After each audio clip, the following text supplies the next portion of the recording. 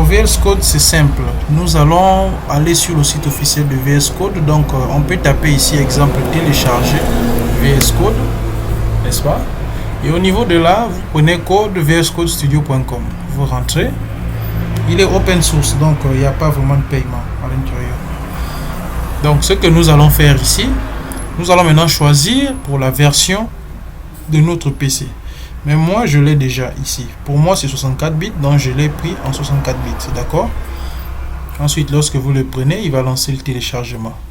Mais moi, je l'ai déjà à ce niveau-là. Donc, celui-là, je vais l'annuler, d'accord? Et installer celui qui est déjà téléchargé. D'accord? Comme je ne l'ai pas encore installé, nous allons patienter un peu qu'il puisse démarrer. D'accord? Nous l'exécutons. C'est un éditeur de code de Microsoft. Donc, pour moi, c'est le meilleur. Et je crois que vous comprendrez pourquoi. Si vous demandez à la majorité des personnes qui... En tout cas, la majorité des développeurs utilisent VS Code. Bon, bien sûr, il y en a qui en ont d'autres, comme Pichard, comme... en tout cas, les Jailbreak aussi sont bien. Mais, celui-là, c'est mon favori. D'accord?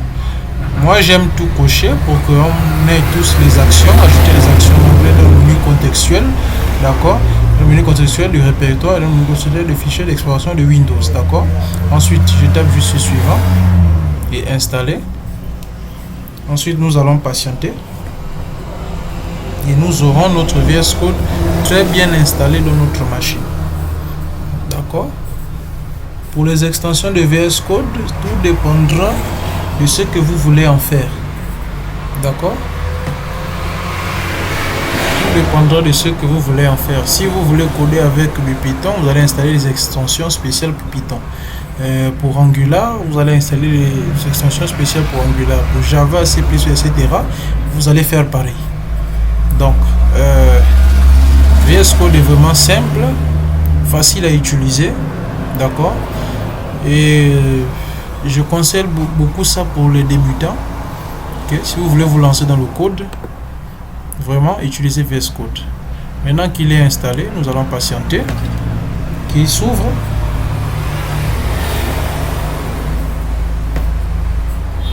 Okay? Nous allons patienter qu'il s'ouvre. Voici notre VS Code qui est ouvert. On va demander la couleur, etc. Mais ça, c'est à votre choix, d'accord? C'est à votre choix, mais vaut mieux choisir le noir que le blanc. Le blanc fait mal aux yeux, d'accord?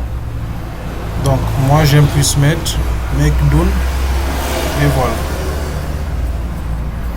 Voilà, nous avons notre VS Code installé.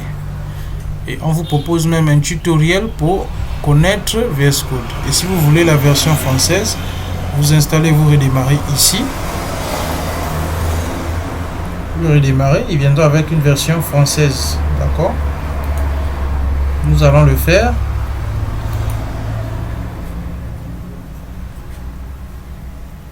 Nous allons le faire. Voilà, lorsqu'il va redémarrer,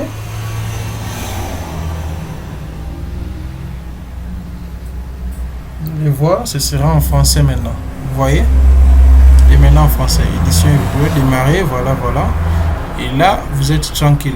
Activation des extensions, ne suivez pas ça. Ça, maintenant, ça dépendra des extensions de tout et chacun.